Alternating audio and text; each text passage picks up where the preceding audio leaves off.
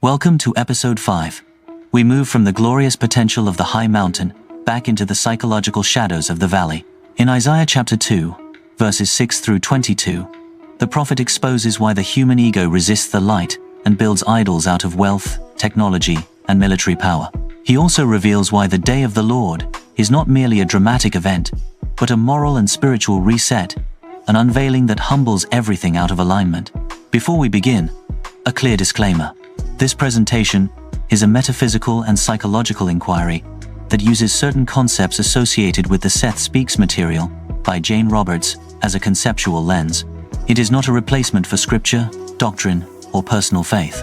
The Bible is honored here as sacred text.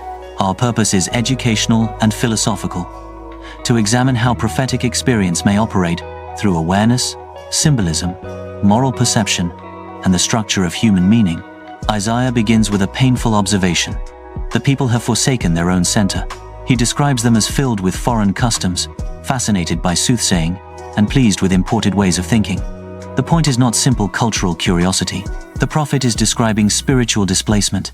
The people are replacing trust in God with techniques of control. They are seeking power without alignment, outcomes without obedience, benefits without covenant.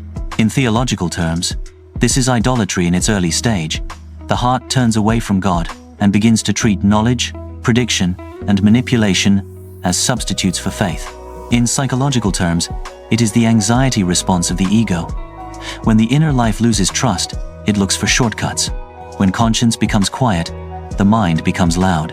It grabs at methods, trends, and external assurances because it is no longer anchored in what is true. If we borrow Sethian metaphors carefully, we could say the beam of attention has detached from its source and now scans the camouflage world for replacement light. It wants certainty without surrender. It wants control without holiness. But the prophet's warning is that external magic cannot heal internal disorder. Noise cannot restore integrity. And a mind filled with competing influences becomes a mind that cannot hear. Isaiah then describes a land full of silver and gold, without end to treasure, full of horses and chariots, and full of idols worshipping the work of their own hands. The progression is important. Wealth becomes abundance. Abundance becomes security. And security becomes a god. Technology becomes speed. Speed becomes dominance. And dominance becomes a god. Military strength becomes protection. Protection becomes pride. And pride becomes a god. The people do not merely own these things. They trust them. They bow inwardly, even if they stand outwardly. Here is the prophet's sharp insight. An idol is not only a statue. An idol is anything you treat as ultimate. Anything you trust more than God. Anything you obey faster than truth. Anything you fear losing more than you fear losing integrity. In that sense, an idol can be a bank account, an army, a machine, a reputation, a party, a nation, or even an idea you refuse to surrender. Psychologically, idolatry is projection. Human beings take qualities that belong to the inner life, meaning, power, safety, value, and project them onto external objects. Then the objects begin to rule the person. The person becomes anxious without them, empty without them, and willing to compromise for them. The prophet's phrase, "the work of their own hands," is devastating because it exposes the irony. They are worshipping what they made, forgetting the one who made them. Isaiah then says that people bow down. Each lowers himself. The text adds a severe phrase about forgiveness, which can sound harsh if we read it as mere temper. But Isaiah's point is not that God enjoys withholding mercy. The point is that a person cannot cling to idolatry and simultaneously receive the healing of repentance. Forgiveness is not a magic word that leaves the heart unchanged. Forgiveness restores relationship, and relationship requires turning. In other words, there is a moral consequence in lowering yourself to what is less than God. When you worship objects, you shrink your own awareness. You train your attention downward. You become dependent on what cannot carry the weight of the soul. And over time, the inner life becomes rigid, like the idols themselves, cold, fixed, and unresponsive to truth. Then Isaiah describes the most haunting behavior of all, hiding. He tells people to enter into the rock and hide in the dust from the terror of the Lord and from the glory of his majesty. He declares that lofty human looks will be humbled. This is the language of the day of the Lord. In traditional theology, it is a day of judgment, but judgment here is not merely God getting angry. It is God revealing what is real. It is the glory of God exposing what has been false. Light does not need to argue with darkness. It simply shows what is there. And when a life has been built on illusion, exposure feels like terror, not because truth is evil, but because the ego is threatened by truth. Here is a careful metaphor. Imagine a room filled with fog. The fog has made itself feel like the atmosphere. It has convinced the room that this is normal. Then a strong light enters. The fog does not fight the light. It dissolves. But to the fog, the light feels like destruction because it ends the fog's identity. In a similar way, the ego can become attached to its own false foundations. When God's holiness draws near, the ego experiences the collapse of its illusions as humiliation and fear.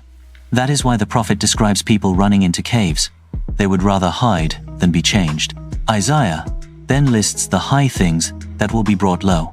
Proud people, cedars and oaks, high mountains, lofty hills, towers, fortified walls, ships, and all that is beautiful and impressive. The list is symbolic and comprehensive. It is nature's pride, architecture's pride, commerce's pride, military pride, and human pride. All the structures that say, we are high, we are secure, we are untouchable. The prophet's message is not anti-progress, it is anti-pride. The issue is not that towers exist or ships exist. The issue is the spirit behind them. The belief that human greatness can replace God. The belief that security can be manufactured without righteousness. The belief that the center can be anything other than the Lord. In systems language, we could call this a correction of imbalance. When a society builds itself on arrogance and injustice, it creates instability. The higher it lifts itself on false foundations, the harder it falls when reality asserts itself. Isaiah calls it the day of the Lord, because the reset is not merely political, it is moral, it is spiritual. It is the world returning to the truth that God is God, and humans are not. Isaiah repeats the conclusion with force. The Lord alone will be exalted in that day, and idols will pass away. That line is not about God needing applause. It is about reality becoming unavoidable. When everything artificial collapses, what remains is the ultimate. When every substitute fails, the true center becomes visible again. Then Isaiah describes the final humiliation. People will cast away their idols of silver and gold. They will throw them aside as useless, and they will flee into the clefts of the rocks. The picture is total disillusionment. The things they worshipped cannot save them. Their treasures cannot protect them from truth. Their weapons cannot defend them from exposure. Their status cannot hide their emptiness. The idol is revealed as powerless, and the ego is revealed as fragile. Isaiah ends with a warning that is deeply psychological and profoundly spiritual. Stop trusting in man, whose breath is in his nostrils. The prophet is not teaching contempt for human life. He is teaching proportion. Humans are mortal, leaders are limited, empires end, bodies fail. If you anchor your identity in what is temporary, you will be shaken when it collapses. If you worship human power, you will be devastated when human power proves weak. The call is to anchor the soul in the eternal. In biblical language, that means fearing God rather than fearing man, trusting God rather than trusting idols, and building life on righteousness rather than on self-made security. In metaphysical language as metaphor, it means remembering your origin rather than worshipping your mask.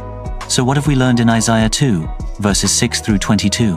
First, idolatry begins as anxiety. When the heart loses trust in God, it searches for control through external substitutes. Second, idols are projections. Humans give their inner power to objects and then become ruled by what they made. Third, pride creates blindness. The ego builds high towers to escape its own insecurity, but those towers cannot withstand truth. Fourth, the day of the Lord is an unveiling. It is the light of God exposing false foundations. It feels like terror only to what is committed to illusion. Fifth, when substitutes collapse, reality returns. The Lord alone is exalted not because God needed victory, but because truth cannot be permanently hidden. And finally, do not anchor your soul in breath alone. Do not build your identity on what can vanish. Anchor in the eternal. As we close, ask yourself this: what is your idol today? What do you trust the most when you are afraid? What do you obey the fastest when it demands compromise? What do you protect even at the cost of integrity? Because whatever that is, Isaiah would call it a false mountain, and the day of the Lord in one way or another brings false mountains down. In the next episode, we enter Isaiah chapter 3, where the prophet describes what happens when the supports of society are removed and the scaffolding collapses. We will explore the chaos of the ego when leadership fails and instability spreads. If this series helps you regain your center, support the work. Like the video, subscribe to our YouTube channel, and stop trusting in the man of breath. Anchor in the eternal. Find your beam.